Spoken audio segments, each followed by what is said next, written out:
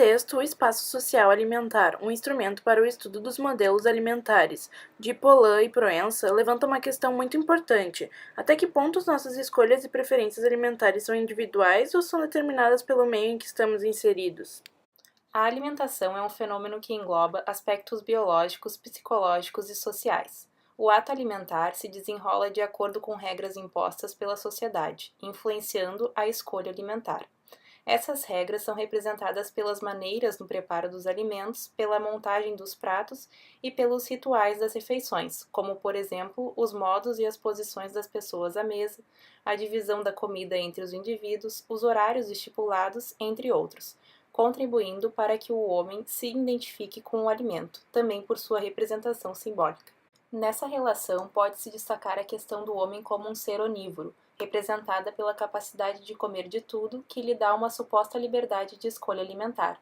Entretanto, nem tudo é escolhido por ele, uma vez que o indivíduo é determinado por diversos fatores que irão pesar nessa decisão. Esses fatores podem englobar o meio ambiente, o qual está relacionado aos recursos disponíveis e aos relacionamentos sociais, bem como a história individual. Essas condições permitirão ao homem refletir sobre o que vai comer. Ao se alimentar, o homem cria práticas e atribui significados àquilo que está incorporando a si mesmo, o que vai além da utilização dos alimentos pelo organismo. Porém, se o homem come de tudo, ele não come tudo. Há uma escolha, uma seleção do que é considerado comida e, dentro desta grande classificação, quais as permitidas e as proibidas, e em que situação isto se aplica. Segundo Fischler, a variedade de escolhas alimentares humanas procede, sem dúvida, em grande parte da variedade de sistemas culturais. Se nós não consumimos tudo o que é biologicamente ingerível, é porque tudo o que é biologicamente ingerível não é culturalmente comestível. O que é comida em uma cultura não é em outra, fato derivado não de seu valor nutritivo ou perigo à saúde. Alguns exemplos são muito conhecidos. O cachorro não é entre nós comida, ou seja, não é considerado comestível. Porém, entre alguns grupos orientais, é considerado uma iguaria fina. Da mesma forma com que os caracóis são consumidos sem problemas na França, as formigas o são em certas tribos amazônicas. Outro aspecto envolve o quando e o que comer. Tanto na alimentação do cotidiano, cada cultura define o que é considerado adequado para cada uma das refeições do dia, assim como quantas e quais são estas refeições e como se distribuem ao longo do dia, como nas que marcam momentos especiais, prescrevendo o que, em determinada situação, pode ou não ser consumido.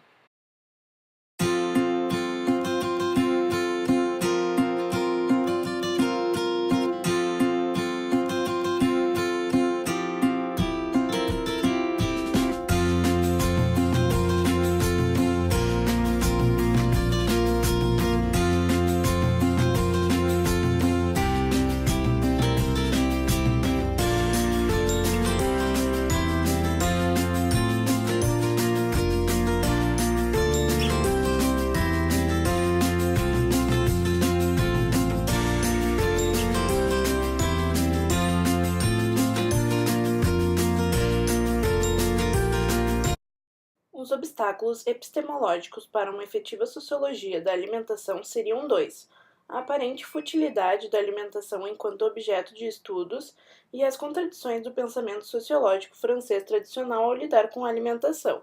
De acordo com Paulin, a raiz do primeiro obstáculo reside na constatação de que a comida não é tida pelos sujeitos e pela tradição sociológica como assunto sério. Em parte disso se deve ao fato de que todos comem, e dada a trivialidade do ato de ingerir alimentos, os sujeitos carregam consigo convicções íntimas muito fortes resultantes das suas vivências pessoais, e que lhe fornecem o sentimento de uma plena compreensão da alimentação. Dando prosseguimento à discussão, o autor ressalta o caráter paradoxal da alimentação no pensamento durkheimiano, que em determinadas análises é excluída como objeto sociológico por estar muito próxima do biológico, e em outras é incluída como fato social porque é imposta externamente aos sujeitos pela sociedade. Instalados ao final dos anos 50 nos Estados Unidos, os fast foods são encontrados hoje em mais de 100 países, entre os quais se incluem o Brasil. Apesar de sua suposta homogeneidade, os alimentos tornam-se localizados, assumindo características do lugar onde estão instalados.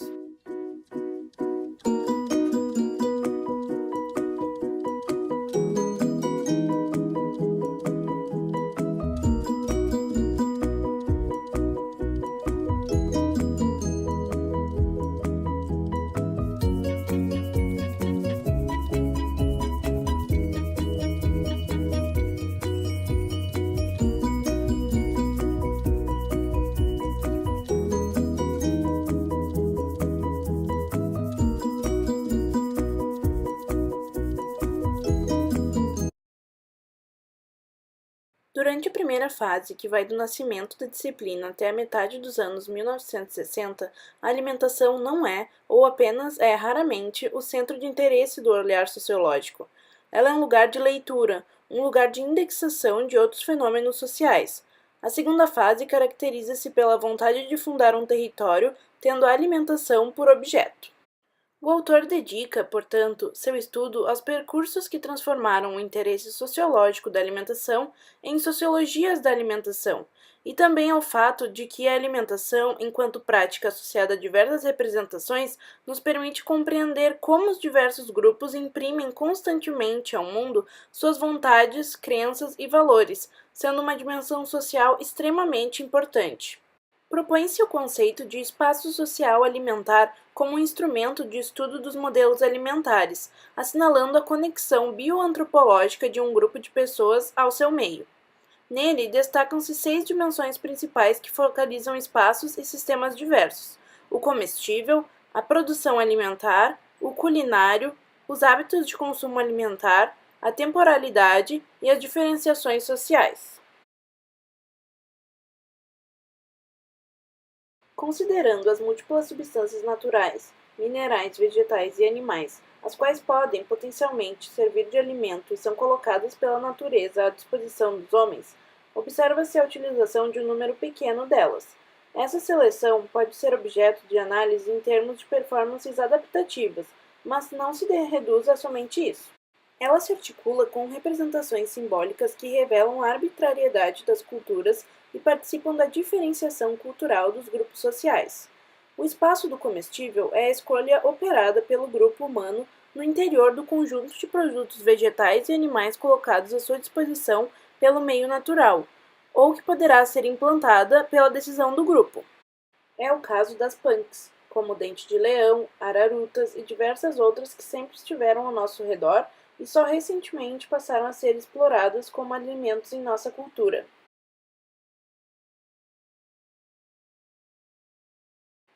A segunda dimensão corresponde ao conjunto de estruturas tecnológicas e sociais empregadas desde a coleta até a preparação culinária, passando por todas as etapas de produção e de transformação. Ela constitui o sistema de ação que permite ao alimento chegar ao consumidor. Kurt Lewin colocou em evidência o fato de uma decisão alimentar ser o resultado de um conjunto de interações sociais. Ele utiliza a imagem de um canal, através do qual o alimento passará para chegar ao comensal, e cujo acesso e funcionamento serão controlados por porteiros. Ele distingue diferentes canais, o das compras, o do cultivo, o da colheita, entre outros. Os alimentos não se movimentam sozinhos. Sua entrada em um canal e sua progressão de uma seção a outra se efetuam graças ao controle de indivíduos que abrem as portas de acesso à seção seguinte do canal. Esses porteiros agem de acordo com lógicas profissionais ou familiares, em função de suas representações de necessidades e desejos dos comensais e de seus papéis sociais recíprocos. Para o sociólogo Levi Strauss, a cozinha é um conjunto de ações técnicas, de operações simbólicas e de rituais que participam da construção da identidade alimentar de um produto natural e o transformam em consumível. O espaço culinário é, ao mesmo tempo, um espaço no sentido geográfico do termo, de distribuição no interior dos lugares, um espaço no senso social, o qual representa a repartição sexual e social das atividades de cozinha, mas também um espaço no sentido lógico do termo, englobando relações formais e estruturadas. A quarta dimensão do espaço social alimentar envolve o conjunto de rituais que rodeiam o ato alimentar no seu sentido estrito. A definição de uma refeição, sua organização estrutural, a forma da jornada alimentar, como número de refeições, formas, horários, contextos sociais. As modalidades de consumo, como comer com garfo e faca, com a mão, com o pão. A localização das refeições, as regras de localização dos comensais e outros aspectos variam de uma cultura a outra e no interior de uma mesma cultura, de acordo com os grupos sociais.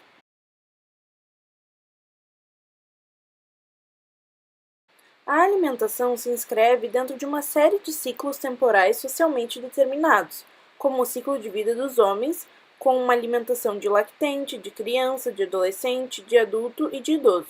Enfim, é um ritmo cotidiano, com suas alternâncias de tempos de trabalho e de repouso, as diferenças das refeições, as comidas fora das refeições e sua implantação horária respectiva.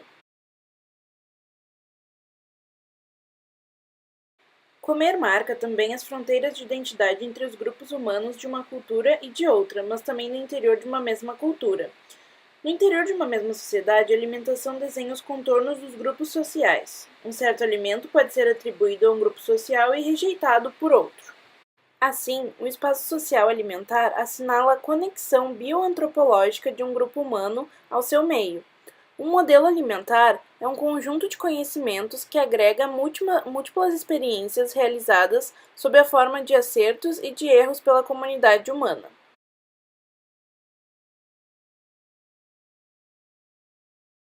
A imersão de uma criança em um contexto alimentar é pontuada por ritmos. A alimentação é a primeira aprendizagem social do pequeno homem. Ela está no centro do processo de socialização primária. O comportamento alimentar da criança entrando no mundo é largamente submetido às condicionantes fisiológicas, à alternância de sensações de fome, aos comportamentos desencadeados por essas sensações, como apelos, choros, gritos, e às sensações de saciedade e de abundância que se seguem. Ao longo das interações com sua mãe, a qual logo buscará regular a criança sob certos ritmos sociais, como as alternâncias do dia e da noite, os momentos de trabalho e de repouso, esses mecanismos biológicos vão conhecer uma primeira influência social. Ao comer segundo uma forma socialmente definida, a criança aprende o senso do íntimo e do público, aquilo que ela pode mostrar e aquilo que ela deve esconder de sua mecânica alimentar, bem como as regras de partilha e de privilégio que refletem a hierarquização social. Enfim, o senso do bom, mais exatamente do que é bom para o grupo ao qual ela pertence. Ao comer, ela interioriza os valores centrais de sua cultura, os quais se exprimem nas maneiras à mesa.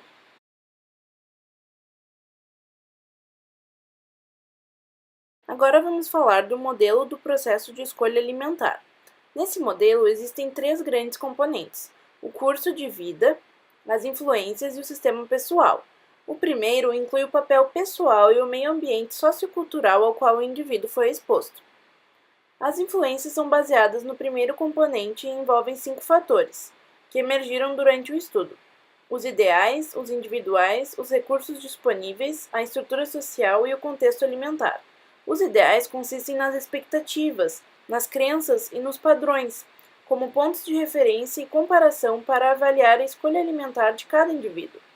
Os fatores individuais são baseados nas necessidades e nas preferências pessoais, tanto de ordem psicológica quanto fisiológica.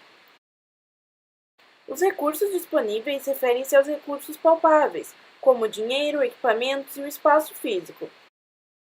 E os recursos não palpáveis, como as habilidades, os conhecimentos técnicos e o tempo.